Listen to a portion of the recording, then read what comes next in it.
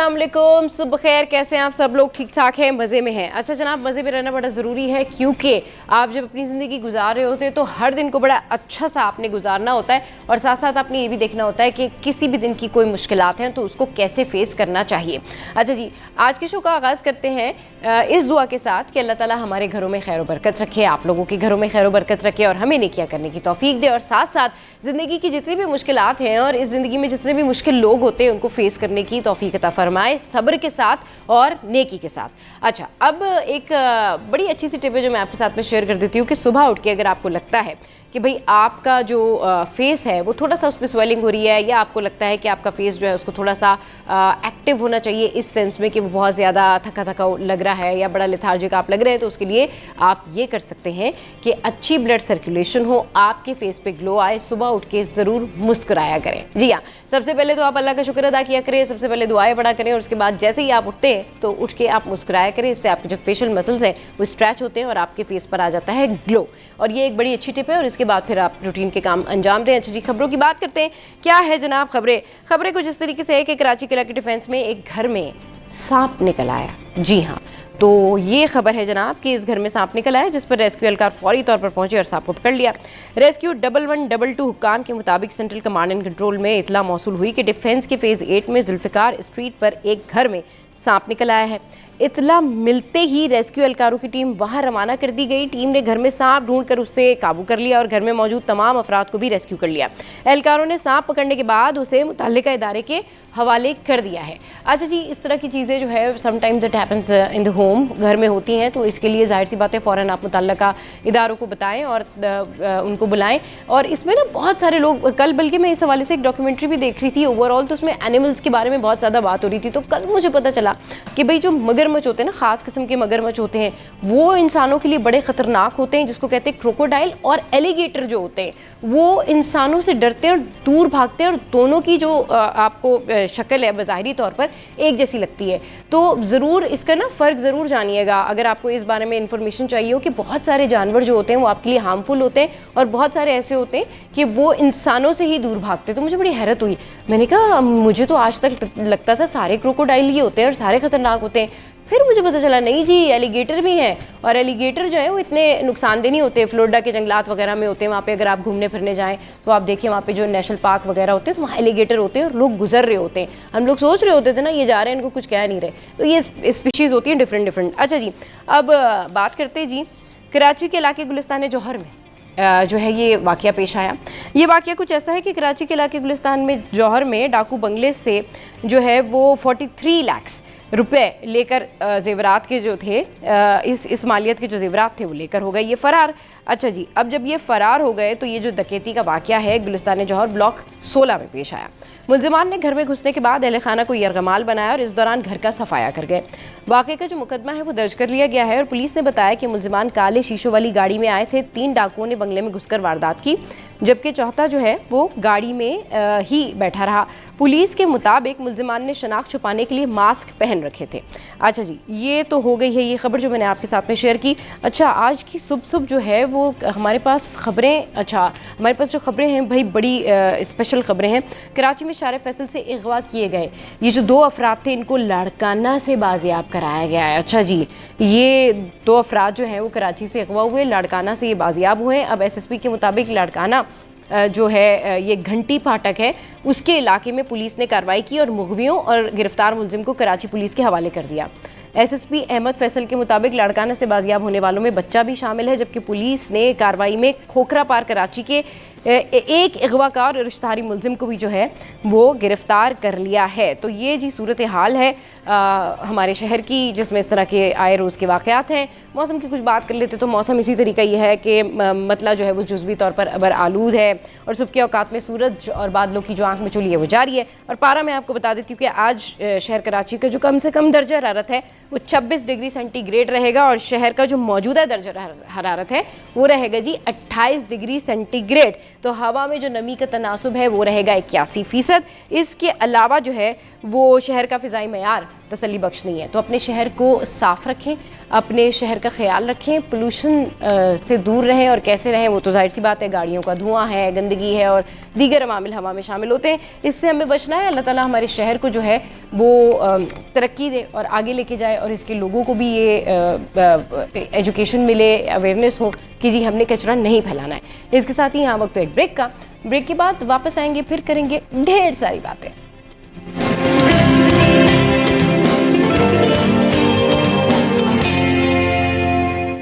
Welcome back. तो बात करते हैं फिटनेस की और बात करते हैं हम रोज़ाना कि आपको हम कैसे ये बताएं कि आप फिट रहें और क्या क्या नए तरीके हैं उसी माहौल में रहते हुए, उसी सर्कमस्टांसेस में रहते हुए, उन्हीं एक्सरसाइजेस के साथ कि आप कुछ नया कर सकते हैं और रोज़ाना कुछ नया कर सकते हैं। होता है ना यूजुअली कि आप एक एक्सरसाइज करते करते भी बोर हो जाते हैं।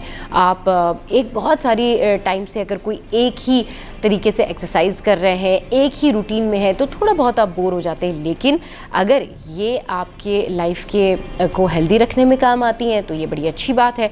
तो मुख्तलिफ़ तौर पर मुख्तलिफ़ चीज़ें, मुख्तलिफ़ एक्सरसाइज आप किस तरीके से कर सकते हैं, इसके बारे में आज बात करेंगे।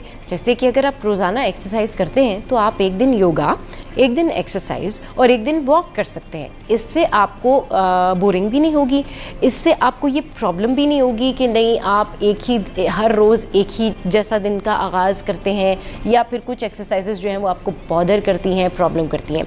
तो भाई आज हम योगा के ऊपर बात कर रहे हैं, और योगा जो है वो किस तरह से आपके बैक पेन को दूर करने में काम आता है, नेक पेन को दूर करने में काम आता है, सर्वाइकल से आपकी जान छूट जाती है, जो सर्वाइकल पेन है। इस पर बात करने के लिए हमारे साथ जो है वो योगा एक्सपर्ट उम्मे हानी काज़मी मौजूद हैं। उनको शो में वेलकम करते हैं। अस्सलाम वालेकुम, welcome to the show, good morning, कैसी हैं आप? वालेकुम अस्सलाम, thank you so much for having me again on the show and yes thanks again. Yes Okay. बहुत अच्छा आपने बोला है and I'm already energized after listening to your very positive thinking about the workout and all. Yes. So I'm ready for the questions.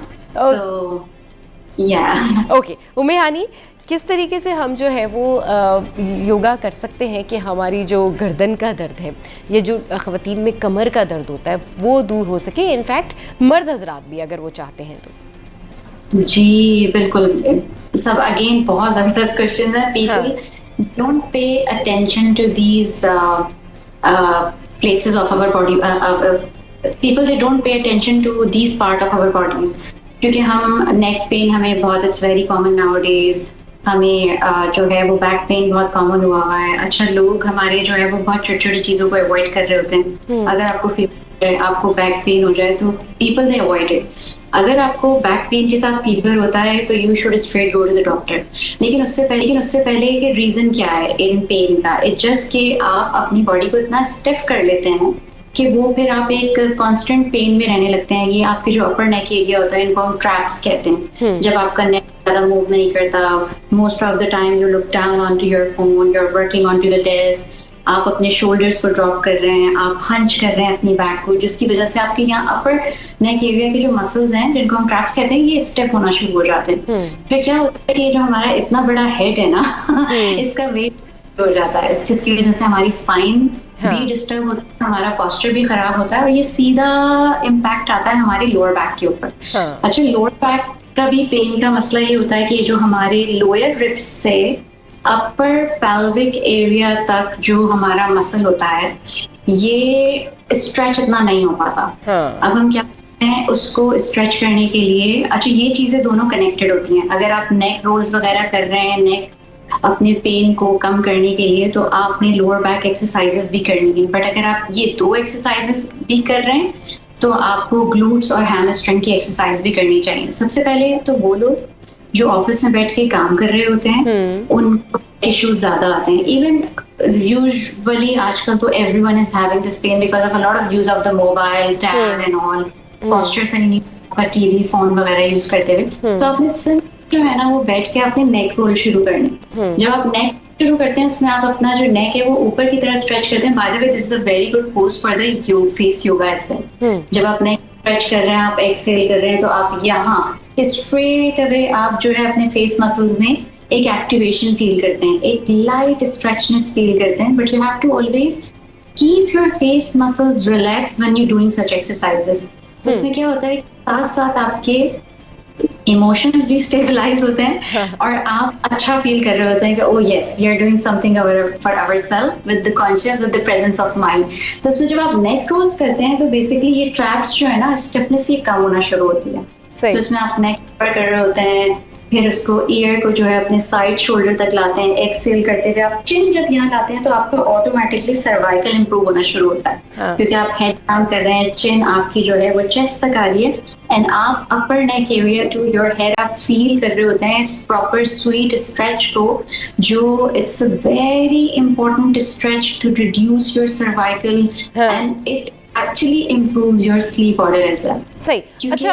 अच्छा उम्मे हनी, ये बताइएगा कि अब जिन लोगों को सिवियर सर्वाइकल है, आपको पता है कि वो फिर उनको चक्कर आते हैं, डिजीनेस होती है, उनके साथ इशू होता है, क्या वो भी ये योगा की जो एक्सरसाइज है या ये योगा जो है वो परफॉर्म कर सकते हैं? क्योंकि वो खवातीन तो जाहिर है डरेंगी ना कि अच्छा ठीक है हमें तो ऑलरेडी सर्वाइकल है, हम तो अगर ऊपर देखते हैं हमें तब भी चक्कर आते हैं, अगर हम नीचे देखते हैं तब भी चक्कर आते हैं, और ये एक फिर ख़ास कंडीशन होती है जो फिर थोड़ी देर बाद कुछ सेटल डाउन होता है, या वो जिस तरीके से भी सेटल डाउन होता है उसके बाद सबको ही पता है कि सर्वाइकल कितना मुश्किल काम है, यानी कि कितनी मुश्किल बीमारी है, कितनी मुश्किल कंडीशन है। तो सर्वाइकल पेन वाले भी क्या ये योगा की एक्सरसाइज कर सकते हैं जिनको सिवियर सर्वाइकल है? बिल्कुल बिल्कुल, पता है आपने इतना अच्छा डिटेल क्वेश्चन किया है एंड बहुत दफा ऐसा होता है हमारी क्लासेस में, कुछ लोग जो सिवियर सर्वाइकल के पेशेंट होते हैं वो अपनी अटेंशन देना भूल जाते हैं डिफरेंट पोजेस में जाते हुए जब वो योगा करते हैं। अच्छा देखिए, yoga is all about self awareness. जितना आप उस टाइम ड्यूरेशन में, अगर आप 30 मिनट 60 मिनट्स योगा कर रहे हैं तो उस टाइम आपको माइंड पे होना चाहिए प्रेजेंट, मेंटली एंड फिजिकली। जितना अपनी बॉडी के बारे में अवेयर होते हैं, डिजीनेस कम होना शुरू हो जाती है, बिकॉज सबकॉन्शियस माइंड भी आपके माइंड के साथ एक्टिव हो जाता है। सही। आप अवेयर होते हैं, फिर हर ब्रेथ वर्क के साथ आपकी मूवमेंट जो है वो कंट्रोल होना शुरू हो जाती है। तो सर्वाइकल पेशेंट्स हैं, जैसे वो इन्वर्शन जब कर रहे होते हैं उनको उस वक्त प्रॉब्लम आ रही होती है, जब वो बेंडिंग्स कर रहे होते हैं, फॉरवर्ड फोल्ड में जा रहे होते हैं, क्योंकि एकदम से स्पाइन टू हेड आपकी ब्लड सर्कुलेशन इंक्रीज हो जाती है। सही। तो वो के लिए बहुत सडन चीजें होती हैं। आप कंट्रोल मूवमेंट करें, आप yoga, a lot of breathing exercise के जरिए से हम बहुत सारी चीजों को कंट्रोल करते हैं। सर्वाइकल के पेशेंट का ब्लड प्रेशर भी कंट्रोल होना बहुत जरूरी है, उसके लिए वो सिंपल माइंडफुल ब्रीदिंग कर सकते हैं। फिर वो नेक कर सकते हैं, बैठ के करें। अगर आपको पूरे सीक्वेंसेस करते हुए प्रॉब्लम हो रही है, डिजीनेस आ रही है, जस्ट टेक अ ब्रेक। वहीं then and there you should know your body, you have to leave your pose, you have to come out of it, sit straight। आप चाइल्ड पोज में भी जा सकते हैं। आप अपना फोरहेड, अपना थर्ड आई चक्रा, मतलब फोरहेड आप you can keep it on to the ground, अपने शोल्डर्स फ्लेक्स कर सकते हैं, आप अपनी हिप जो है डीपर सिंक कर सकते हैं। बहुत सारी चीजें, but you have to be controlled, you have to be aware, have to be present on the mat, जिससे इन चीजों जो है टेक्निक एक इन अ हेल्दी वे इनको हैंडल किया जा सकता है। अदरवाइज आप अटेंशन पे ही नहीं करते and it cost you more. So this is the thing, yes. सही। अच्छा, ये तो चलें आपने क्लियर किया सर्वाइकल पेन जिनको होता है।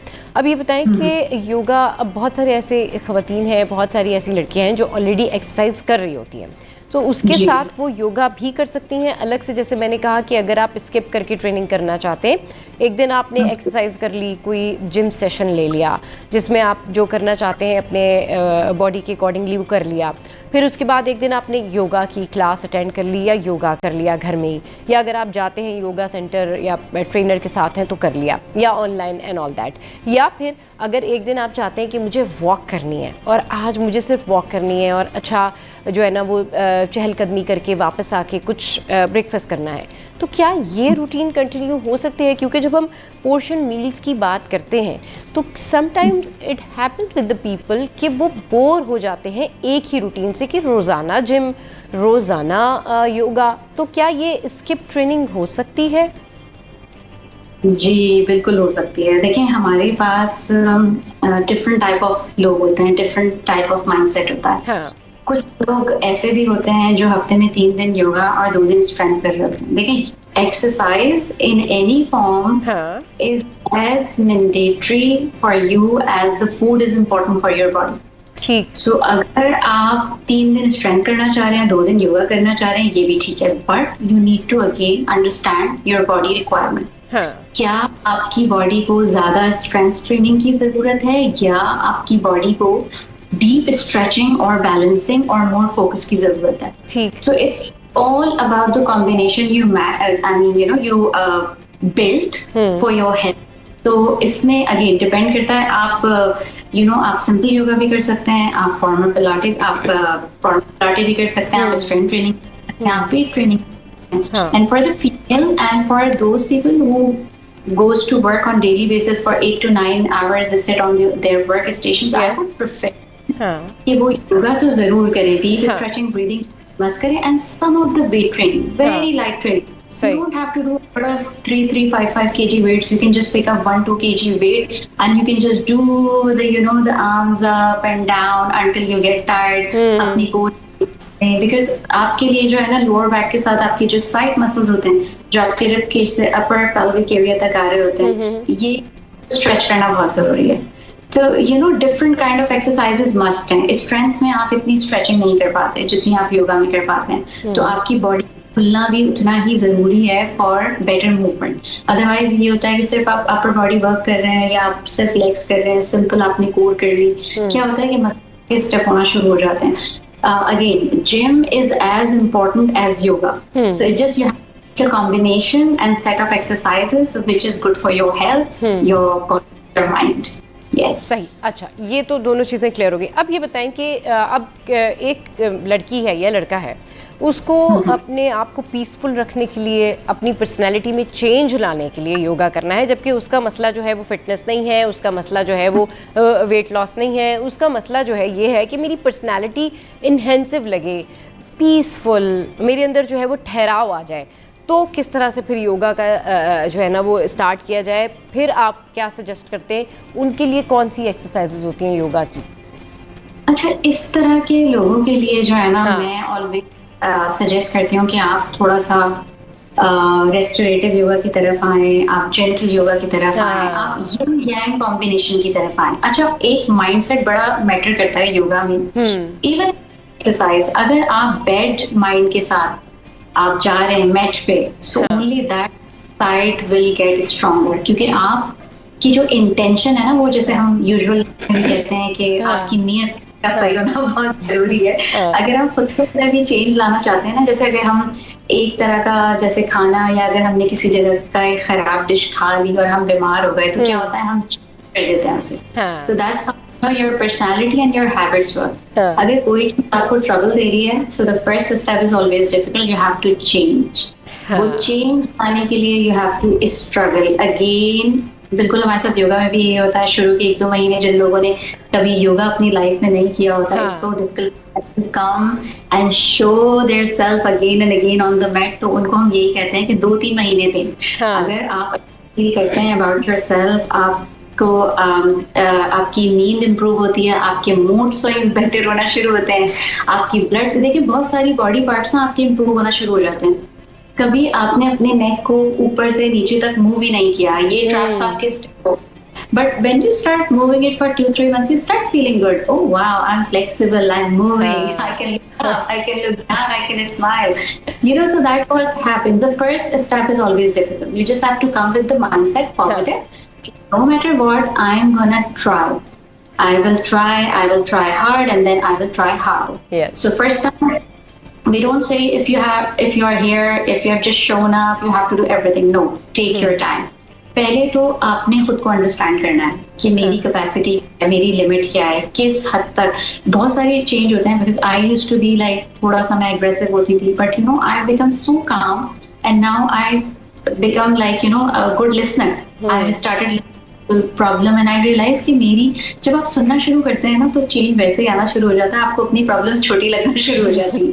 तो that is the first step जो आप में चेंज लाता है, कंसिस्टेंसी की। यस, सही। अच्छा, अब होता यह है कि योगा को लोग ज़्यादातर जो है ना, वो ये सोचते हैं या समझते हैं कि ये शायद कोई मेडिटेशन है, या फिर ये इसलिए है कि लोग अपने माइंड को पीसफुल करना चाहते हैं। किस हद तक ये बात ठीक है उम्मे हानी? बिल्कुल, योगा में देखें एक मेडिटेशन भी होती है। अच्छा, एक सिंपल मेडिटेशन होती है, एक गाइडेड मेडिटेशन होती है। गाइडेड में आपको बंद आंखों के साथ जो है विजुअलाइज करवाई जाती हैं कुछ चीजें, और आप खुद एक्सपीरियंस करते हैं उन सिचुएशंस को विद द क्लोज आइज। अच्छा, उसमें होता है आपका सबकॉन्शियस माइंड एक्टिव होना शुरू हो जाता है, एंड में आपके इमोशंस जो है ना वो भी एक्टिव होना शुरू हो जाते हैं कि आप एक्टिवली उन चीजों को जो है ना फील करना शुरू कर देते हैं। Like if someone asks with the close eyes कि आप इस सिचुएशन में आप इस चीज को एक्सपीरियंस करें, अगर तो आप मैट पे प्रेजेंट हैं, अगर तो आप मैट की बातों को सुन रहे हैं, तो then you start feeling those things. अच्छा, ये चीजें भी बहुत काम करती हैं आपके नर्वस सिस्टम को। इसीलिए हैं कि अफर्मेशंस, जैसे हम नमाज में भी हम दुआ करते हैं, हमेशा पॉजिटिव बातें करते हैं, तो is bring change in our life. तो बिल्कुल इसी तरीके से जब हम मेडिटेशन के दरमियान अफर्मेशंस की बात कर रहे होते हैं तो वो चेंजेस आप में नजर आने शुरू होते हैं। अगर आप कह रहे हैं कि I am happy but you are feeling that emotion at the same time, you feel like good. So like if I am enough for myself, you start feeling strong at the same time.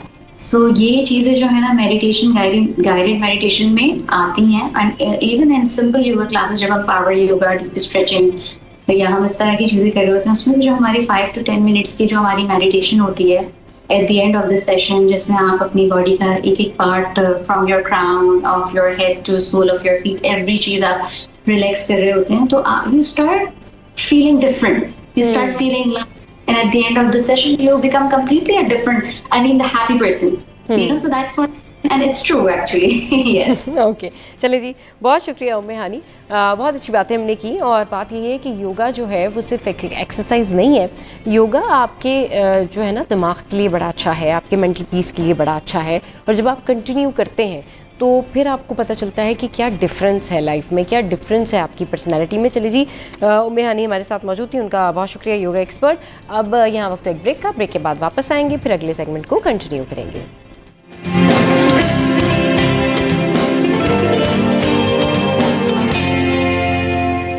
Welcome back. एक और अहम मसला कि depression तो बहुत सारे लोगों को होता है, फिर डिप्रेशन हो जाता है, उसके बाद फिर बहुत सारी दवाइयाँ स्टार्ट हो जाती हैं, बहुत सारे SOPs स्टार्ट हो जाते हैं, लोग एंटी डिप्रेसेंट खाना शुरू हो जाते हैं। लेकिन उससे पहले ये कैसे पता चले कि ये डिप्रेशन के साइन हैं और उसकी रोकथाम के लिए जल्दी जल्दी जो है वो हल ढूंढ लिया जाए, इलाज ढूंढ लिया जाए, कोई अच्छा सा साइकेट्रिस्ट ढूंढ लिया जाए, कोई ऐसा इंसान ढूंढ लिया जाए, कोई ऐसे माहौल ढूंढ लिया जाए जिसमें रहकर आप अपने दिल की बातें किसी को कह सकें या फिर आप अपने इस डिप्रेशन का हल ढूंढ सकें। तो अर्ली साइन एंड सिम्टम्स क्या होते हैं डिप्रेशन पे, डिप्रेशन के हवाले से इस पर बात करने के लिए हमारे साथ मोनिका वासवानी मौजूद हैं जो कि साइकेट्रिस्ट हैं। उनको शो में वेलकम करते हैं। अस्सलाम वालेकुम, वेलकम टू द शो। कैसी हैं आप? ठीक हैं? मैं ठीक ठाक, अल्लाह का शुक्र है। आप कैसी हैं? ठीक हैं? मैं बिल्कुल ठीक ठाक। मोनिका जी, ये बताइएगा कि अर्ली साइन एंड सिम्टम्स क्या होते हैं? अब किसी को डिप्रेशन स्टार्ट हो रहा है या कोई डिप्रेस होने लगा है, कैसे पता चलेगा?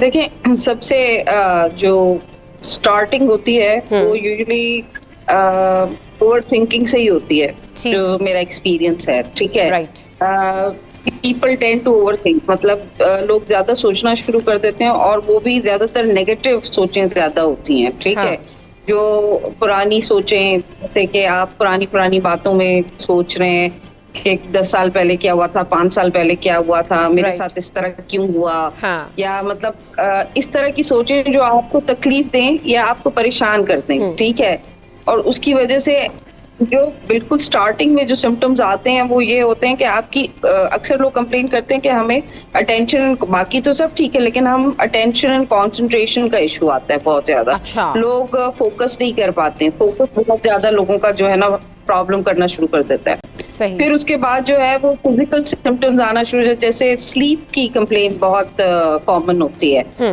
मूड अफेक्ट हो उससे पहले जो है ना स्लीप अफेक्ट होना शुरू हो जाती है। तो जो है जैसे रात को नींद ना आना या नींद की कमी हो जाना, इस तरह की चीजें जो है ना होना शुरू हो जाती हैं। बेसिकली एपेटाइट आपकी जो है अफेक्ट होना शुरू हो जाती है। अच्छा, बाज मर्तबा ये होता है कि बाकी सब ठीक होता है, लोग नॉर्मली मतलब अपना काम वगैरह सब कुछ कर रहे होते हैं, लेकिन उनको एनर्जी बहुत लो लग रही होती है, मतलब बाकी सब चीजें ठीक है लेकिन उनको ऐसा लगता है कि जिस्म में ताकत नहीं है, जैसे किसी चीज को काम करने का दिल नहीं कर रहा, या फिर जो है छोटी छोटी बातों पे गुस्सा आ रहा है, जो कि पहले इतना ज्यादा इफेक्ट नहीं करती थी, लेकिन अब जो है ना वो बहुत मामूली सी बात पे भी चिढ़ जाते हैं, गुस्सा आ जाता है, उनको छोटी सी भी कोई बात जो है वो बुरी लग जाती है। तो वो ये सब तब्दीलियां अपने अंदर लोग महसूस कर रहे होते हैं बेसिकली।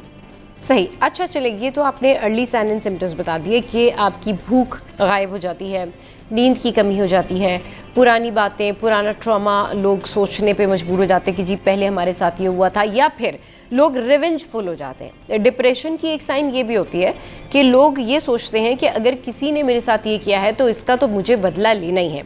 तो ये रिवेंज लेना और ये रिवेंज लेने वाली जो ज़िंदगी होती है ना लोगों की, ये खुद भी उनको नहीं पता होता कि साइकोलॉजिकली वो मेंटली इल होते हैं, क्योंकि वो ये सोचते हैं कि अगर हमारा बुरा हुआ है तो हम दूसरे का बुरा करें। वो ये नहीं सोचते कि अगर दूसरे ने हमारा बुरा कर दिया है तो हम लेट गो करें, we have to improve ourself. ये होना चाहिए, लेकिन ये नहीं होता। तो ये पर्सनैलिटी चेंजेस जो आते हैं, इस पे फिर लोगों को किसको कंसल्ट करना चाहिए?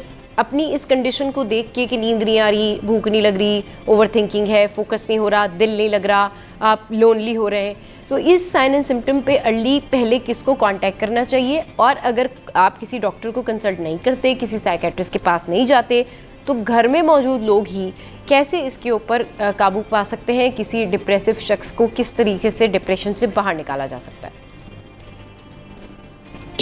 सबसे पहले तो मोस्ट इम्पॉर्टेंट चीज ये है कि अगर आपको ऐसा लग रहा है कि जो आपके साइंस एंड सिम्टम्स हैं, जैसे ओवर थिंकिंग है या टेंशन है या फिर नींद है या भूख है या फिर आपका मूड बहुत ज्यादा लो रह रहा है, चिड़चिड़ापन बहुत ज्यादा है आपको, और ये जो सिम्टम्स हैं ये कांस्टेंट है। इम्पोर्टेंट ये होता है कि ये सब चीजें थोड़ी बहुत तो सबकी जिंदगी में होती हैं, लेकिन इम्पोर्टेंट ये है कि ये आपका जो ये फेज है ये कांस्टेंट है और आप इससे निकल के बाहर नहीं आ पा रहे हैं, ठीक है? और आपका मूड कॉन्स्टेंटली ही लो रह रहा है, it's more than 2 weeks 3 weeks या 1 महीना 2 महीने हो गए, अब आपको ऐसा लग रहा है कि आपके जिस्म में एनर्जी भी नहीं है, आपको कहीं मजा भी नहीं आ रहा, एंड आपका रोने का भी दिल करता है कभी कभी फॉर नो रीजन, और इस तरह की अजीब सी आपकी जो है वो कैफियत हो रही है और जिसका कोई मतलब स्पेसिफिक रीजन भी नहीं नजर आ रहा आपको। जैसे कि कोई फाइनेंशियल कोई प्रॉब्लम है या कोई घर का कोई इशू है या कोई चीज आपको नहीं नजर आ रही, लेकिन फिर भी आपके साथ इस तरह हो रहा है, तो फिर मोस्ट लाइकली ये है कि आपको सबसे पहले साइकाइट्रिस्ट को कंसल्ट करना चाहिए। ओके, ठीक है, क्योंकि एवेल्युएशन इंपॉर्टेंट होती है। पहले आप जो है वो पेशेंट को एवेल्युएट करते हैं, क्योंकि डिप्रेशन के कुछ कॉजेज जो होते हैं वो बायोलॉजिकल भी हो सकते हैं, जैसे हाइपोथायराइडिज्म वगैरह हो गया, इस तरह की चीजों में भी इश्यूज आ रहे हैं। तो ये बहुत इंपॉर्टेंट है कि आप सबसे पहले डॉक्टर को, साइकाइट्रिस्ट को अपने कंसल्ट करें, जो आपको एवेल्युएट करे, ठीक है, कि आप आखिर कहाँ फॉल करते हैं, माइल्ड में फॉल करते हैं, मॉडरेट में फॉल करते हैं डिप्रेशन के, या सिवियर में फॉल करते हैं, और फिर अकॉर्डिंगली वो फिर आपको बताएगा कि सिर्फ दवाई से गुजारा हो सकता है, नहीं सॉरी, सिर्फ थेरेपी आपको लेनी चाहिए। लाइक माइल्ड डिप्रेशन में या माइल्ड डिप्रेसिव डिसऑर्डर में थेरेपी बेहतर रहती है कि हम थेरेपी से शुरू करते हैं, सेल्फ हेल्प जो है ना उससे हम जो है ना टेक्निक से वो हम स्टार्ट करते हैं कि भाई आप इस तरह करें, आप अपना लाइफस्टाइल मॉडिफाई करें, आप एक्सरसाइज करें, वॉक करें, डिस्ट्रैक्ट करें खुद को, माइंडफुलनेस बताते हैं, इस तरह की चीजों पे हम फोकस होता है माइल्ड डिप्रेशन में या माइल्ड एंजाइटी में। फिर जब अगर लेकिन सिम्टम्स जो हैं वो बढ़ रहे हैं या फिर ज्यादा हैं, जैसे मॉडरेट टू सिवियर में अगर कहीं पेशेंट फॉल कर रहा है, तो फिर उसको दवाई के साथ सीबीटी की जरूरत पड़ती है, यानी कि दवा उसको लेनी पड़ती है, और अलॉन्ग विद दैट जो है ना उसको सीबीटी की जरूरत पड़ती है, दैट्स कॉग्निटिव बिहेवियर थेरेपी। सही। अच्छा, ये तो आपने बता दी कि ये थेरेपीज होती हैं और सारा कुछ होता है। अब थोड़ी सी बात कर लेते हैं हम कि अगर हम देखें हमारे मुल्क से बाहर, अगर आप बात करें अमेरिका की, कनाडा की, यूरोप साइड की आप बात करें, वहाँ पर हर कोई जो है किसी न किसी डिप्रेशन में होता है, और आप जिससे पूछें वो लोग एंटी डिप्रेसेंट रेगुलर खा रहे होते हैं, या उनकी ये रूटीन है कि जी वो एंटी डिप्रेसेंट खाते हैं। अब क्योंकि उनकी लाइफ इतनी भाग दौड़ वाली है, उनके ऊपर इतना स्ट्रेस है, वहाँ पर बहुत सारी ऐसी चीज़ें होती हैं जो उन्होंने साथ साथ कैरी ऑन करनी होती है, लेकिन यहाँ पर अगर नॉर्मली कोई स्टूडेंट है या नॉर्मली अगर कोई ऐसा शख्स है, कोई लड़की है, कोई भी शख्स है या कोई औरत है, कोई किसी के ऊपर बहुत सारी जिम्मेदारियां हैं, वो जॉब भी कर रहे हैं, घर भी देख रहे हैं, बहुत सारा काम कर रहे हैं, काम का डिप्रेशन है। अब हमारे एक्टर्स होते हैं, एक के बाद एक शूट है, फिर एक शूट से दूसरी शूट पे जाना है, बहुत ज़्यादा काम है, तो वो उसका डिप्रेशन ज़रूरी नहीं है कि डिप्रेशन आपको किसी दुख की वजह से ही हो। डिप्रेशन आपको अच्छा काम करने की वजह से भी हो सकता है कि नहीं ठीक है, मुझे आई हैव टू वर्क, मुझे ज़्यादा अच्छा काम करना है, तो पॉजिटिव डिप्रेशन भी होता है। तो क्या उसके लिए यहाँ पर आप लोगों को सजेस्ट करते हैं कि जो लोग इस तरह का डिप्रेशन ले रहे होते हैं वो एंटी डिप्रेशन खा सकते हैं? क्योंकि यहाँ पर तो जो लोग डिप्रेशन की दवाई खाते हैं, लोग उसको कनेक्ट कर देते हैं कि शायद ये तो पागल है, ये तो डिप्रेशन की दवाइयाँ तो पागल खाते हैं। तो ज़रा सा इस चीज़ को एलिब्रेट कीजिए और आज ये जो कॉन्सेप्ट है थोड़ा सा इसको क्लियर कीजिएगा मोनिका जी। जी देखिए, सबसे पहले तो मोस्ट इम्पोर्टेंट चीज ये है कि डिप्रेशन एक इलनेस है, ठीक है। सबसे पहले तो मैं आपके इस फोरम से ये बताना चाहती हूँ कि जैसे कोई भी और बीमारी है, लेट्स सपोज आपको डायबिटीज है, आपको हाइपरटेंशन है, आपको हाइपोथायराइडिज्म है, कोई भी और बीमारी जिस तरह होती है जिसमें एक फिजियोलॉजिकल बेसिस होता है। फिजियोलॉजिकल बेसिस का मतलब ये है कि कोई केमिकल इम्बैलेंस बॉडी में होता है, कोई चीज खराब हो रही होती है, कोई चीज जो है प्रॉब्लम कर रही होती है बॉडी में, ठीक है। तो उसी तरह डिप्रेशन भी एक डिसऑर्डर है, मतलब एक इलनेस है, ठीक है, राइट, ठीक है। उसके डिफरेंट फैक्टर्स हैं कि जाहिर एनवायरनमेंट से भी उसका ताल्लुक है कि आपको स्ट्रेस, अगर आप बहुत अरसे तक स्ट्रेस में रहते हैं, ठीक है, इवन अगर पॉजिटिव स्ट्रेस ही क्यों ना है, लेकिन अगर आप बहुत स्ट्रेस है और आपकी बॉडी उसको नहीं ले पा रही है, या आप इमोशनली वीक हैं, या कोई इस तरह के इश्यूज हैं, या आपके एनवायरनमेंट में कोई इस तरह के टॉक्सिक चीजें हैं, ये सब को इन्फ्लुएंस कर रही हैं, तो आपके ब्रेन में कुछ न्यूरोकेमिकल्स होते हैं जो कि कम होना शुरू हो जाते हैं, जो कि प्रॉब्लम करना शुरू कर देते हैं, जो कि जिसकी वजह से आप इस तरह के सिम्टम्स जो हैं वो महसूस करना शुरू कर देते हैं, ठीक है। लेकिन केमिकल इम्बैलेंस होता है, न्यूरोकेमिकल इश्यूज होते हैं, ऐसा नहीं होता कि आप ये बोलें कि इसका कोई न्यूरोकेमिकल वो नहीं है, बेसिस नहीं है। एक बात, दूसरी बात ये है कि जो लोग जैसे पॉजिटिव स्ट्रेस है या बहुत एक्सेसिव स्ट्रेस है, बहुत अरसे तक स्ट्रेस में रह रहे हैं और उसकी वजह से उनको कोई सिम्टम्स हो रहे हैं और वो एंटी डिप्रेशन कर, बल्कि एंटी डिप्रेशन कोई भी खा रहा है, अगर लेट्स सपोज वो किसी नेगेटिव टॉक्सिक एनवायरनमेंट में रहा है, स्ट्रेस बर्दाश्त करता रहा है, परेशान रहा है, या फिर जेनेटिकली भी होता है कि कुछ भी नहीं है और सिर्फ आप जीन्स में है, जैसे जेनेटिक्स में आप जो है कैरी करते हैं ये सब चीजें, तो जो है बल्कि जेनेटिकली अगर देखा जाए तो ये बहुत ज्यादा है, उसकी जो प्रेवलेंस है वो काफी ज्यादा है के हिसाब से जी। तो अगर आप जेनेटिकली इन्फ्लुएंस्ड हैं या जेनेटिक जीन्स में आपकी बीमारी है, तो फिर आप अगर एंटी डिप्रेसेंट आपको खानी पड़ती है to overcome these symptoms and to live a normal life, तो इसका ये बिल्कुल मतलब नहीं है कि आप पागल हैं, क्योंकि डिप्रेशन एक ऐसी बीमारी है जो जिसमें आप को दुनिया जहान का हर चीज का पता होता है, आप नॉर्मली आप काम कर रहे होते हैं, आपको सब कुछ पता होता है कि भाई आज रात है, दिन है, कौन आया कौन गया, जिंदगी कैसे है, क्या है, आपको फ्यूचर भी नजर आ रहा है, आपको हर चीज जैसे नॉर्मल आदमी होता है। मतलब ऐसा नहीं है कि कोई उसको कोई जो है वो ऑड बिहेवियर होगा या कोई वो ऐसी हरकत करेगा कि वो किसी को नुकसान पहुंचा देगा या वो पागल है या कुछ है, इस तरह की कोई चीज नहीं होती डिप्रेशन में, ठीक है। ये एक न्यूरोटिक सिम्टम है और जो है इसमें मरीज को खुद भी पता होता है कि उसको क्या सिम्टम्स हो रहे हैं। एग्जैक्टली, बिल्कुल आप ठीक कह रही हैं कि इसमें पेशेंट को ना खुद भी पता होता है। हमारे यहाँ ना लोगों ने हर चीज को डिप्रेशन से कनेक्ट कर दिया है, हर चीज डिप्रेशन है। मतलब अगर किसी के पास बहुत सारा काम है और कोई बहुत अच्छा काम कर रहा है तो मैं तो स्ट्रेस में हूँ, मुझे काम करना पड़ता है, मेरे पास तो बहुत सारा काम है। भाई इट्स गुड, अल्लाह का शुक्र अदा करें कि आपके पास एक पॉजिटिव डिप्रेशन है, आपके पास काम है करने को। लोग इसको भी डिप्रेशन से कनेक्ट करते हैं, मुझे तो बहुत ज्यादा काम करना पड़ता है, हम तो एक शूट से दूसरी शूट पर जाते हैं। आप बहुत सारे एक्टर्स को देखेंगे ये बात करते हुए कि हम तो बिल्कुल बिजी हैं, हमारे पास तो बहुत काम है, हम बहुत थक जाते हैं। ठीक है, थकन होती है, ठीक है, प्रॉब्लम, आप जो काम कर रहे हैं, आपके पास जो पॉजिटिव स्ट्रेस है वो उस बात से कहीं बेहतर है जो लोग काम नहीं कर रहे, जिनके पास काम नहीं है, जिन लोगों के बहुत सारे मसाइल हैं, जिन लोगों के फैमिली सिस्टम के मसले हैं, जिन लोगों के कर्जे हैं, जिन लोगों के पीछे बहुत सारे ऐसे इश्यूज हैं। तो अल्लाह का शुक्र अदा किया करें, पॉजिटिव स्ट्रेस को पॉजिटिव स्ट्रेस रखें तो फिर आपको डिप्रेशन नहीं होगी। डिप्रेशन जब बनती है जब आप वो काम करते हैं जो आपका पैशन ना हो या जो काम करना आपको पसंद ना हो, वहाँ आप कहते हैं कि जी ये बहुत ज़्यादा हो गया है, मैं तो थक गया हूँ या मैं तो थक गई हूँ, या ये चीज़ें थकन होती है। लेकिन लेकिन इसके साथ साथ आराम करें। लेकिन ये पॉजिटिव डिप्रेशन है, इस पर मजीद भी बात करेंगे एक छोटे से ब्रेक के बाद।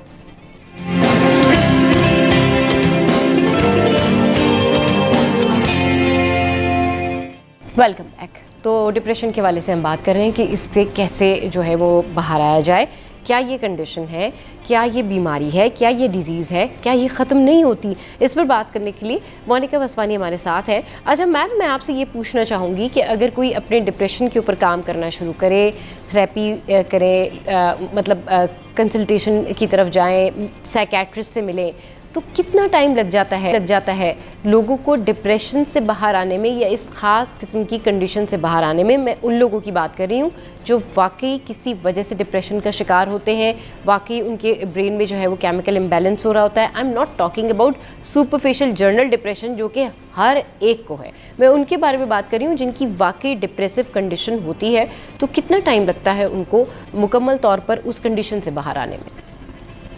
देखिए, अगर आपको क्लिनिकल डिप्रेसिव डिसऑर्डर है, जैसे हम क्लिनिकल डिप्रेसिव डिसऑर्डर कहते हैं, तो उसमें बेसिकली ये है कि अगर लेट्स सपोज सिवियर है और आप या मॉडरेट टू सिवियर है और आप दवा शुरू करते हैं और अलोंग विद दैट आप थेरेपी शुरू करते हैं, थोड़ी बहुत लाइफस्टाइल मॉडिफिकेशन भी इम्पोर्टेंट होती है, ठीक है। तो ये सब चीजें अगर आप शुरू करते हैं तो विद इन 6 वीक्स जो है आप में काफी बेहतरी आना शुरू हो जाती है, ठीक है। और इलाज लेकिन ये लंबा है, इसमें कोई शक नहीं है, ठीक है। जैसे लोगों का ये मानना है कि शायद जो है वो हम दवा शुरू करेंगे तो शायद हमें सारी जिंदगी खानी पड़ेगी, तो सारी जिंदगी तो नहीं खानी पड़ती है, लेकिन ये है कि लेट्स सपोज के जो किताब कहती है और जो हमारा क्लिनिकल प्रैक्टिस है उसमें हम जो है वो फर्स्ट एपिसोड ऑफ डिप्रेशन के साथ अगर कोई आता है तो हम एटलीस्ट 6 to 9 months तो दवा खिलाते ही खिलाते हैं। और सीबीटी की तरफ अगर आप जाते हैं, कॉग्निटिव बिहेवियर थेरेपी यानी कि टॉक थेरेपी जिसको की जाती है, तो वो भी तकरीबन इतना टाइम चलती है, तकरीबन 6 to 9 months वो भी चलती है, ठीक है। अगर आप दवा और सीबीटी दोनों साथ कराएंगे तो आपके ठीक होने के चांसेस बहुत ज्यादा होते हैं। अगर आप किसी एक चीज की तरफ जाएंगे तो फिर वो मोस्ट लाइकली जो है इतना ज्यादा आप ना तो इतनी जल्दी ठीक होंगे और ना ही फिर बाद में इश्यूज होते हैं, लोग रिलैप्स करते हैं, सिवियरिटी भी एक प्रॉब्लम होती है। लेकिन ये है कि 6 to 9 months जो है वो आप ठीक हो जाएंगे, फिर भी आपकी दवा कम से कम 6 से 9 महीने चलेगी। तो ये परसेप्शन लोगों का बिल्कुल ठीक ही है कि थोड़ा सा लॉन्ग टर्म ही दवा चलती है, लेकिन ऐसा नहीं है कि ये इलनेस ट्रीटेबल नहीं है या ये कभी सिम्टम्स ठीक नहीं होते। लोग ठीक हो जाते हैं, अपना काम करते हैं, अपनी जिंदगी गुजारते हैं, अच्छी जिंदगी गुजारते हैं। ऐसी कोई बात नहीं है कि जो है वो डिप्रेशन का मरीज है तो या साइकाइट्रिक इलनेस हो गई तो वो शायद कभी ठीक नहीं होगा या ये हो जाएगा वो हो जाएगा, ऐसी कोई चीज नहीं है। सही। अच्छा डॉक्टर मोनिका वसवानी, किन लोगों में आपने ये चीज़ फील की है कि वो आसाबी तौर पर बहुत मजबूत होते हैं और जब कोई मुश्किल हो या प्रॉब्लम हो तो वो बजाय इसके कि परेशान हो उसको फेस करते हैं और अपनी लाइफ को बेहतर बनाते हैं? कौन से आपको ऐसे साइन एंड सिम्टम्स नज़र आते हैं उन लोगों में जो आसाबी तौर पर, जहनी तौर पर बड़े मजबूत होते हैं और बड़े तहम्मुल के साथ सारी चीज़ें फेस कर जाते हैं? देखिए, वैसे तो डिफरेंट तरह की पर्सनालिटीज होती हैं। हमारे पास जो है कुछ ऐसी पर्सनालिटीज होती हैं जो जिनमें डिप्रेशन ज्यादा कॉमन होता है। जैसे जो टाइप ए पर्सनालिटीज होती हैं हमारे पास, उनमें देखा गया है कि डिप्रेशन एंजाइटी ज्यादा कॉमन होती है। लेकिन एक जनरल पब्लिक के लिए मैं एक चीज बताना चाहती हूँ कि आपकी जो पेरेंटिंग है वो बड़ी इंपॉर्टेंट है। आप इसको इजी नहीं है और आप इसको जो है ना ये मत समझें कि बच्चे तो पल जाते हैं और बच्चों का क्या है, और मतलब छोटे बच्चों के लिए यही होता है ना कि मतलब इतना क्या वो करना है, इतना क्या परेशान होना है। या माँ बाप जो है, अच्छा जितना सिक्योर एनवायरनमेंट और जितना, मेरा ये मकसद बिल्कुल नहीं है कि आप बच्चों की हर बात माने या बहुत ज्यादा उसको वो करें, लेकिन जितनी अच्छी training in terms of emotional security, in terms of self-sufficiency, ये सब चीजें जितनी जल्दी आप बच्चे को सिखाना शुरू कर देंगे, और अगर बच्चे का एनवायरनमेंट हेल्दी है, क्योंकि बचपन आपका बहुत इंपॉर्टेंट होता है, शुरू के 8-10 साल इतने इंपॉर्टेंट होते हैं जो सारी जिंदगी ये डिटरमाइन करते हैं कि आगे चलकर आपको कौन सी बीमारियां होंगी और कौन सी नहीं होंगी। ठीक है, अगर आप ये देख रहे हैं कि आपके माँ बाप लड़ रहे हैं, झगड़ रहे हैं, बात बात पे तलाक की बातें हो रही हैं, बात बात पे जो है घर किस्म का डोमेस्टिक वायलेंस हो रहा है, या फिर वैसे ही दोनों की आपस में नहीं बनती है, एक बात कर रहा है, दूसरी बात कर रहा है, और बच्चे के ऊपर अब दोनों ही अपना खींचातानी होती है ना घरों में कि बच्चा मेरी बात सुन ले, वो कहता है बच्चा मेरी बात सुन ले। तो उसमें जो है ना बच्चों के अंदर बहुत सारे प्रॉब्लम्स आना शुरू हो जाते हैं। ठीक है, खास तौर पे जहाँ ट्रोमैटिक पेरेंटिंग होती है वो तो डेफिनेट है कि आगे चलकर एंजाइटी या डिप्रेशन लोगों के अंदर आता है। बिल्कुल, पेरेंटिंग का बहुत इंपॉर्टेंट रोल होता है जी। बहुत शुक्रिया आपका मोनिका वासवानी, आपने हमारे शो के लिए अपना कीमती टाइम निकाला। और बात यही है, मतलब मैं अगर अपना पर्सनल एक्सपीरियंस आपके साथ में शेयर करूं तो मैं आपको बताऊंगी कि जो पेरेंटिंग की इन्होंने बात की ना, मेरे पेरेंट्स, मैंने अपने पेरेंट्स को जिस तरीके से देखा, अगर कोई प्रॉब्लम है, कोई मुश्किल है, तो मैंने अपने फादर को हमेशा ये देखा कि वो कहते थे कि हमें अल्लाह से मांगना चाहिए। अगर कोई मुश्किल आ जाती है अल्लाह से मांगे, अगर कोई मुश्किल आ जाती है अल्लाह को बता दें। और सबसे बेस्ट आपकी जो कहना चाहिए रेमेडी है ना, मतलब आपका स्पिरिचुअल कनेक्शन जो होता है वो अल्लाह के साथ इस तरह होता है कि आप तहज्जुद की नमाज़ पढ़ें और तहज्जुद की नमाज़ में आप सब कुछ कह दें। और वो जो आपका रब है ना, वो किसी को आपकी बातें बताता भी नहीं है, और आपकी बातें भी महफूज होती हैं, दुआएं भी महफूज होती हैं, और आपके मसाइल भी हल होते हैं। तो स्पिरिचुअली जब आप किसी से बात करना चाहते हैं तो आप अपना राब्ता अल्लाह से मजबूत कीजिए। जब आपके बच्चों को ये पता होगा ना कि हमारे पेरेंट्स हर मुश्किल में सबसे पहले अल्लाह की तरफ रुजू करते हैं, हर मुश्किल का हल अल्लाह के पास है, तो उनका फोकस हो जाएगा, एक तरफ फोकस हो जाएगा। उसके बाद उनको कोई मुश्किल नहीं लगेगी, और उसके बाद फिर वो जो उनका फेथ है वो उनका कॉन्फिडेंस बिल्ड करेगा कि हर चीज़ अल्लाह के हाथ है। फिर उसके बाद आप देखें कि आपकी लाइफ में डिप्रेशन नाम की कोई चीज़ नहीं रहेगी, और आप खुद फील करेंगे कि आप हर चीज़ को, ज़िंदगी की जो आप सर पे लेते हैं वो आप सर पे नहीं लेंगे। फिर वो आपको लगेगा कि नहीं, इट्स ओके, जो मैंने मेहनत की है, अब इसके बाद ये अल्लाह के हवाले, जो कुछ होता है वो अल्लाह जाने। तो अगर आप अपना फोकस, अपना स्पिरिचुअल कनेक्शन भी मजबूत रखते हैं, और दुनिया में बड़ों की इज़्ज़त करते हैं, दुनिया में अपने आप को बेहतर करने की कोशिश करते हैं, दुनिया में आप टीचर्स की सुनते हैं, दुनिया में आप उन लोगों की रिस्पेक्ट करते हैं जो आपसे ज़्यादा काम जानते हैं, दुनिया में अगर आप एक्सपीरियंस लोगों की सुनते हैं, तो फिर ये भी आपके लिए जो है ना एक बहुत ज़बरदस्त फार्मूला है कि आप परेशान नहीं होंगे। क्योंकि सबकी ज़िंदगी स्मूथ नहीं होती, हर किसी की लाइफ में कोई ना कोई टेंशन, कोई ना कोई परेशानी रहती है, और इसका वाहिद हल ये है कि आप अपने आप को ठीक रखें, आप अपने पाथ्स क्लियर रखें। चलिए जी, शो में यह वक्त हुआ हेडलाइंस ब्रेक का। हेडलाइंस ब्रेक के बाद वापस आएंगे, फिर करेंगे ढेर सारी बातें।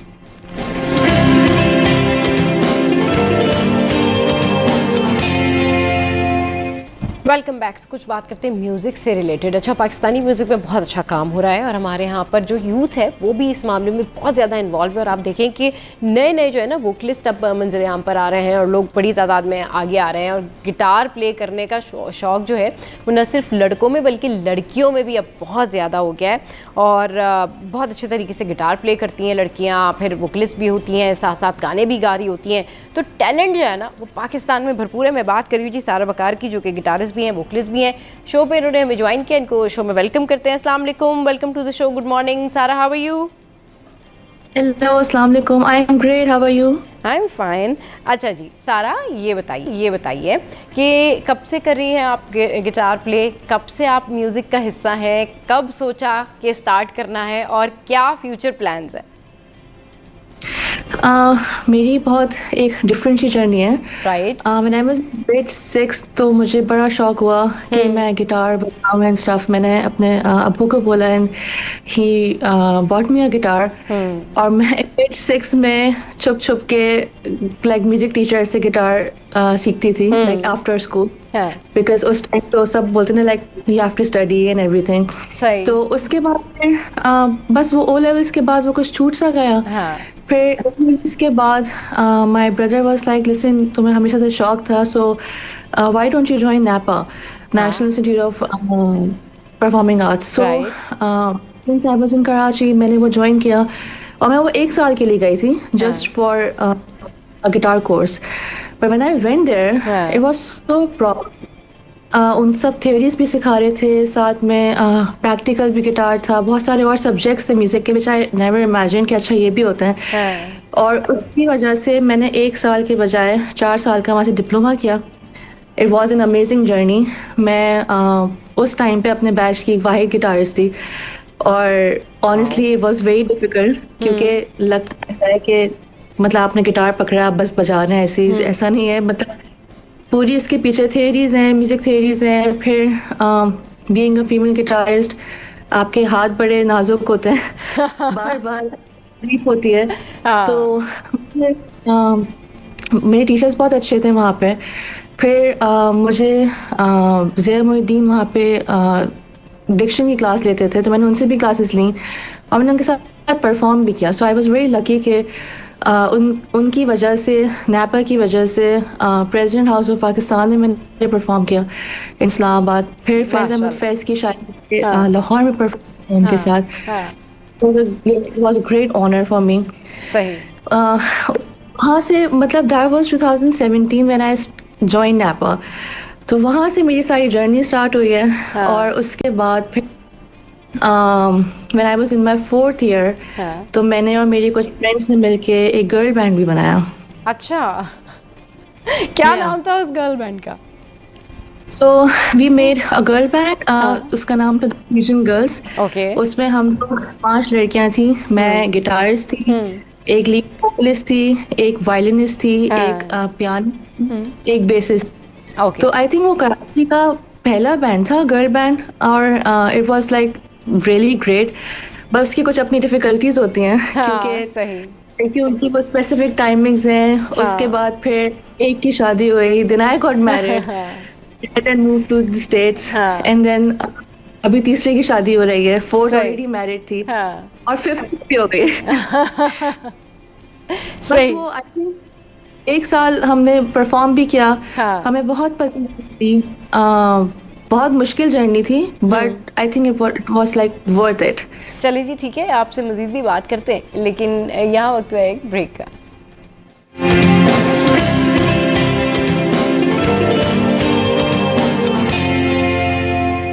दें इस तरह का कुछ होता है या सिर्फ नहीं गिटार की फरमाइश होती है? ज़्यादातर 90% इट्स द गिटार, बिकॉज मुझे लगता है कि सिंगिंग चीज़ ऐसी है, ऑल्दो बहुत प्रोफेशनली इसको सिखाया जाता है, सीखा जाता है। मैंने ख़ुद अपने दोस्तों को, मैंने प्रोफेशनली सिंगिंग नहीं सीखी है, मैंने प्रोफेशनली गिटार सीखा है। मैंने सिंगिंग साथ शौक में करना शुरू किया है। तो लोगों और सिंगिंग ऐसी चीज़ है कि ना सुन के आप गा सकते हैं, सुन के अपने आप को सिंग कर सकते हैं। बट म्यूजिक इंस्ट्रूमेंट प्लेइंग एक चीज ऐसी, उसके लिए आपको आई थिंक प्रॉपर सीखना पड़ता है। बिल्कुल बिल्कुल, आपको वो इंस्ट्रूमेंट आपके हाथ में होना चाहिए, आपको थोड़ी सी थ्योरी पता होनी चाहिए। आप मतलब I think it's a whole different game. तो मैंने भी सिंगिंग और ऑनेस्टली जब मैं नैपा में पढ़ रही थी तो वो मेरे वोकल्स के जो फ्रेंड्स थे तो उनसे भी थी, उनकी भी चीज़ें मैं कुछ ना कुछ देखती रहती थी, सरगम वगैरह चीज़ें क्या होती हैं, तो सारी वो अंडरस्टैंडिंग है। इट्स जस्ट दैट कि मैंने प्रोफेशनली नहीं सीखा हुआ, मैंने ये सीखा हुआ है। सही। चलिए जी, अच्छा ये बताएं कि आप जिस तरह से कह रही थी कि आपने घर पे नहीं बैठना, गिव अप नहीं करना, आगे इसको कंटिन्यू करना है, क्या चांसेस हैं? आप क्या करना चाहती हैं म्यूज़िक में वहाँ आगे? और जो अगर कोई पाकिस्तानी म्यूज़िक से रिलेटेड यूथ से कोई या कोई भी अगर बाहर जाना चाहता है तो उसका क्या फ्यूचर है, उसके क्या चांसेस होते हैं वहाँ पे? यहाँ पे मुझे लगता है कि थोड़ा सा डिफ़िकल्ट है लोगों से कनेक्ट करना, लेकिन वंस अगर वो हो तो वो ज़्यादा अच्छे यहाँ पे चांसेस हैं, बिकॉज प्लेटफॉर्म ज़्यादा बढ़ रहा है, ऑडियंस ज़्यादा बढ़ी है। मैं वैसे ये चाहती हूँ, ऑल्दो मैंने थोड़ा सा वेस्टर्न म्यूज़िक भी सीखा है, I understand what they are playing. मैं चाहती हूँ कि मैं अपना ईस्टर्न म्यूजिक जो है वो यहाँ पे आगे बनाऊँ और फ्यूजन करूँ। अच्छा। तो मेरा जो फेवरेट जॉनर है इट्स फ्यूजन। तो मेरे लिए फॉर एग्जांपल वेस्टर्न रॉक हो और ईस्टर्न क्लासिकल हो, उसका मिलाप हो। मैं ये चाहती हूँ कि मैं यहाँ पे सिर्फ पाकिस्तानी ना ढूंढूं या सिर्फ देसी लोग ना ढूंढूं जैमिंग के लिए, बल्कि मैं हमेशा ईस्टर्न रॉक की तरफ भी जाएं आप। हाँ, आप ये कह रही हैं। बिल्कुल, मैं चाहती हूँ कि यहाँ पे जो यहाँ के लोग हैं उनके साथ भी मैं जैम करूँ, ताकि वो अपना एसेंस म्यूजिक का लेकर आए और मैं अपना लेकर आऊँ। और मेरा बिल्कुल इरादा है कि मैं यहाँ पे रिकॉर्डिंग्स करूँ। मेरे पास बहुत सारी मेरी अपनी कॉम्पोजिशंस हैं जो वो पूरी नहीं हुई हैं, तो कुछ ना कुछ चलता रहता है उसमें एडिशन वगैरह। तो मेरा बहुत इरादा है कि मैं यहाँ पे प्रॉपर प्रोडक्शन के लिए मतलब लोगों के साथ जैम करूँ और इसको आगे मज़ीद बढ़ाऊँ। इसके अलावा मैं अपने इंस्टाग्राम पे भी बहुत चीज़ें डालती रहती हूँ, बहुत सारे गिटार वीडियोस डालती रहती हूँ। सही। तो यहाँ पे भी मुझे कुछ लोग हैं जो कि दे लाइक कॉल मी, उनको अच्छा लगता है, वो अपने गिग्स के लिए मुझे यहाँ पे जो यहाँ के जो लोग हैं, तो मेरे लिए बहुत एक्सपीरियंस होता है to play for a very different audience, क्योंकि हमेशा से मुझे मतलब पाकिस्तानी ऑडियंस के साथ एक आदी थी मैं, बट यहाँ पे मेरे लिए ये वाला भी एक सिनेरियो खुल गया। सही। तो वहाँ पर पाकिस्तानी म्यूजिक को कितना पसंद किया जाता है सारा? मैंने अभी जो लास्ट अपना गिग किया था, मैंने स्पेशली 2-4 पाकिस्तानी गाने गाए और उनको मैंने बताया कि हमारी लैंग्वेज में, दे एब्सोल्युटली लव देम। और मुझे इतना अच्छा लगा कि सुन के कि उन्होंने कहा कि हाँ, हमेशा से सुनना चाहते थे कि पाकिस्तानी म्यूजिक किस तरह का है, किस तरह से होता है। तो यहाँ पर मैंने ये चीज़ अंडरस्टैंड की और मैंने ये चीज़ एक ढूंढी है कि अगर आप, क्योंकि ऑडियंस अगर आपकी उर्दू नहीं समझती और आपको उनको पाकिस्तानी म्यूजिक भी सुनाना है, तो मैं बेसिकली क्या करती हूँ, मैं मैशअप कर देती हूँ। अच्छा। पाकिस्तानी गाने के साथ या तो मैं उसकी ट्रांसलेशन में गा देती हूँ, मतलब मैं प्रिपेयर करके जाती हूँ अपने आप को कि उनको मेलोडी भी समझ में आए और आधे हमारे उर्दू के लफ्ज़ हों और आधे इंग्लिश के लफ्ज़ हों, ताकि दे कैन आल्सो अंडरस्टैंड। सही। तो आई थिंक अब तक तो मुझे बहुत पसीराई मिली इस बारे में। सही। अच्छा, जो नए आने वाले हैं, जो अब सीखना चाहते हैं, म्यूजिक पे आना चाहते हैं, उनके लिए क्या मैसेज है? उनके लिए ये मैसेज है जो मैं अपने सारे स्टूडेंट्स को भी देती हूँ, जो फर्स्ट स्टेप है वो सबसे ज़्यादा मुश्किल है। आई अंडरस्टैंड कि कभी कभी घर से अलाउ नहीं किया जाता या और बहुत सारी चीज़ें होती हैं। मैं उनको सिर्फ ये बोलना चाहती हूँ कि never ever leave your studies. This is what my parents also advised me. They were like, if you want to do music, it's okay, we will support you, but don't miss out on your studies. जो आपका अपना profession है, although मैंने music की degree ली हुई है और मैंने इसके अलावा अभी यहाँ पर भी आके भी एक और डिग्री ली और अब मैं तीसरी डिग्री ले रही हूँ यहाँ पे। तो मैंने अपनी पढ़ाई कभी भी नहीं छोड़ी, वो कभी नहीं छोड़नी। Music is a skill. अगर आपको प्रोफेशनली उसको लेके जाना है, आप उसको बिल्कुल कैश आउट करा सकते हैं, लेकिन सब कुछ छोड़ के नहीं बैठ जाना है कि सिर्फ मुझे म्यूजिक करना है। At least that's what I would suggest. बिल्कुल, कुछ ना कुछ करते रहना चाहिए। बिल्कुल बिल्कुल। थैंक यू वेरी मच सारा फॉर योर प्रीशियस टाइम। और इस तरह का जो टैलेंट है, पाकिस्तानी टैलेंट, हमारी कोशिश होती है कि हम इस तरह के टैलेंट को आपके सामने लेकर आएँ, ताकि आपको पता चले कि हमारे यहाँ लड़कियाँ भी म्यूज़िक में हैं और कितना अच्छा काम कर रही हैं। चले जी, शो में यहाँ वक्त एक ब्रेक का, ब्रेक के बाद वापस आएंगे, फिर करेंगे ढेर सारी बातें।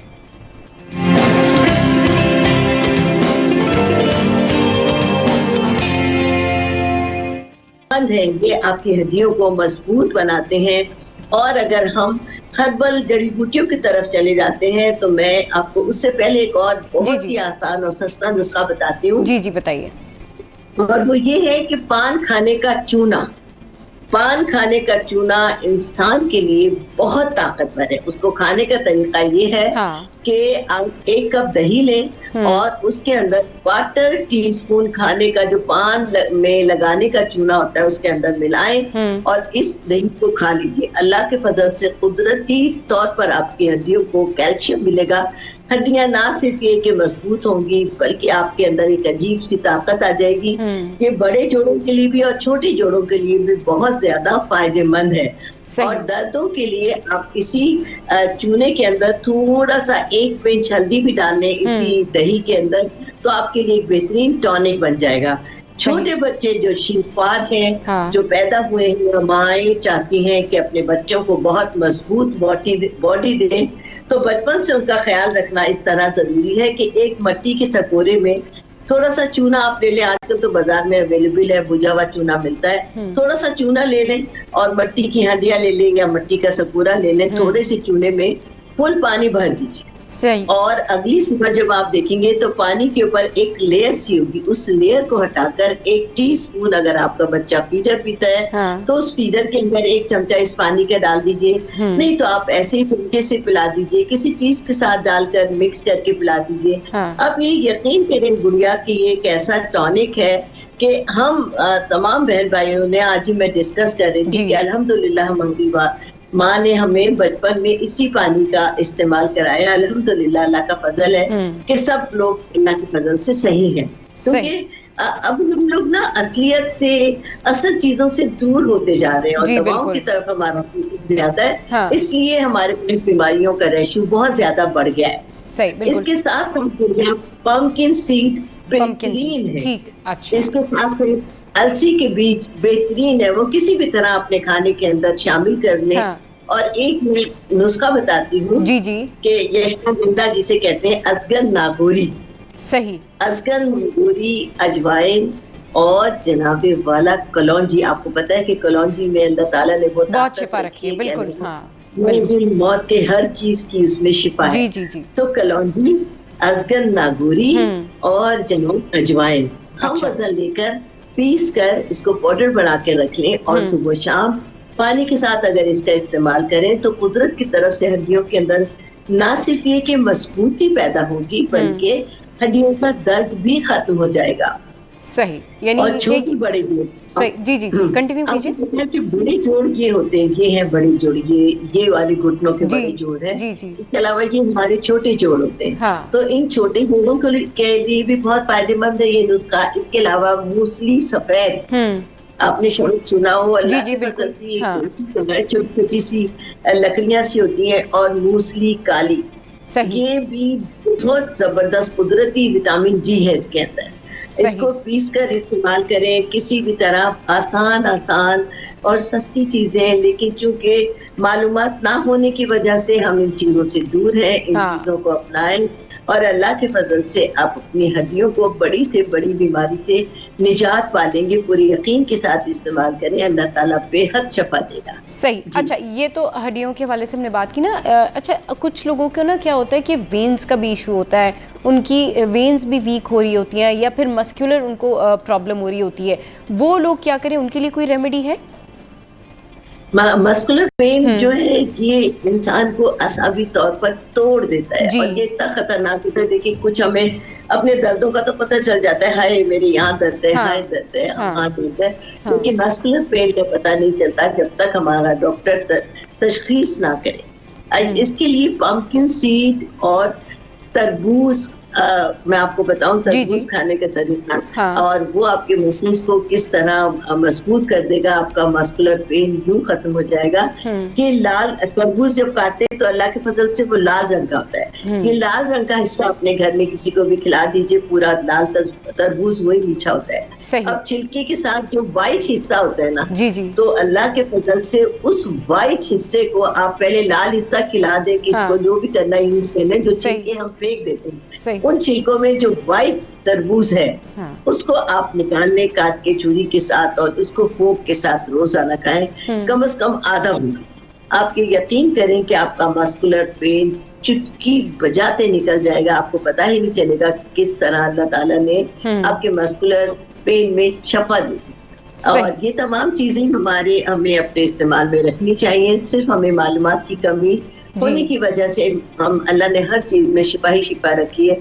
जिन चीजों को हम बेकार समझते हैं, नाकारा समझते हैं, और इस अनमोल चीजों को हम अपने कूड़े में फेंक देते हैं, इसमें बहुत सारे हमारे लिए ग़िज़ाई छुपी जो मालूम नहीं होती, लेकिन अगर पता चलने पर इन चीजों का इस्तेमाल शुरू कर दें तो अल्लाह के फजल से हर किस्म की प्रॉब्लम से निजात पा सकते हैं। सही, अच्छा, गर्मियों में स्किन इन्फेक्शन बहुत ज़्यादा होता है, लोगों को बहुत ज़्यादा प्रॉब्लम हो रही होती है, रैश पड़ रहे होते हैं, मुख्तलिफ स्किन कंडीशन होती है, उसके लिए क्या करना चाहिए?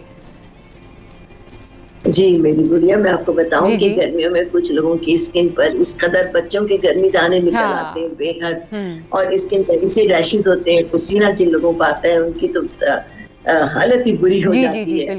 उसके लिए मेरी गुड़िया का आसान तरीका ये है कि रात को सोते वक्त जो सुर्ख साबित मिर्च होती है ना, सुर्ख साबित छोटी मिर्च, गोल मिर्च कहलाती है, रात को तोड़कर एक मिर्च के बीज 1 कप पानी में भिगो दीजिए। अच्छा। मिर्च के सिर्फ बीज, लाल हिस्सा नहीं, एक मिर्च के बीज 1 कप पानी में या 1 गिलास पानी में भिगो दीजिए। और सुबह उठकर जिस शख्स को है, बल्कि घर का हर फर्द इसमें से 1-1 टेबल स्पून पी ले, और बच्चा 1 टीस्पून इस पानी को छान कर या वो बीज जो है वो निकाल दें, हाँ। छान ले बल्कि इस पानी को। बड़े लोग 1 टेबल स्पून हाँ। और छोटे बच्चे 1 टीस्पून पी ले। अल्लाह की फजल से इस गर्मी की एलर्जी से, रैशेस से, गर्मी दानों से निजात पा जाएंगे अल्लाह की फजल से। उनके बिल्कुल भी नहीं लीजिए। सही, तो बड़ी आसान और बड़ी ज़बरदस्त जो है वो रेमेडी आपने बताई है। अच्छा, टैन स्किन जब हो जाती है, मतलब धूप से जब आते हैं तो सनबर्न और टैनिंग हो जाती है, तो फौरी तौर पर फिर उसका क्या हल है, क्या करें?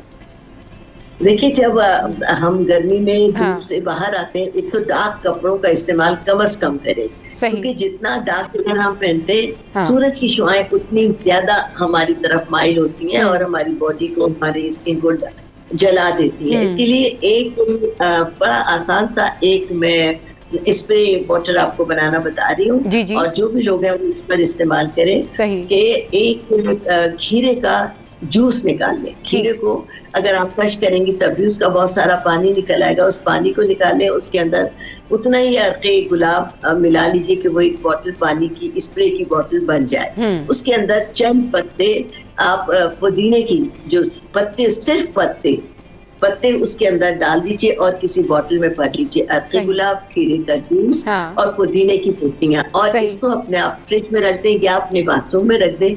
बाहर से आने के बाद सबसे पहले आप अपने चेहरे पर इसका स्प्रे कर लीजिए 2-4 मिनट के लिए। उसके बाद अपने हाथ पाथ धोए, पानी पिए, जिस तरह भी आपको करना है। और फिर 10 मिनट के बाद आप अपना चेहरा वॉश करते हैं। अल्लाह की फजल से कुदरती तौर पर ये सन टैनिंग आपके चेहरे से उतर जाएगी। और अगर आप कहीं पिकनिक पर जा रहे हैं तो यही वाटर बनाकर लेके जाएं और बार बार अपने चेहरे पर, बच्चों के चेहरे पर, और जो बच्चे शर्ट उतार कर पानी के अंदर स्विमिंग कर रहे हैं उनको भी हर जगह करते रहे तो वो सन बर्निंग से बच जाए।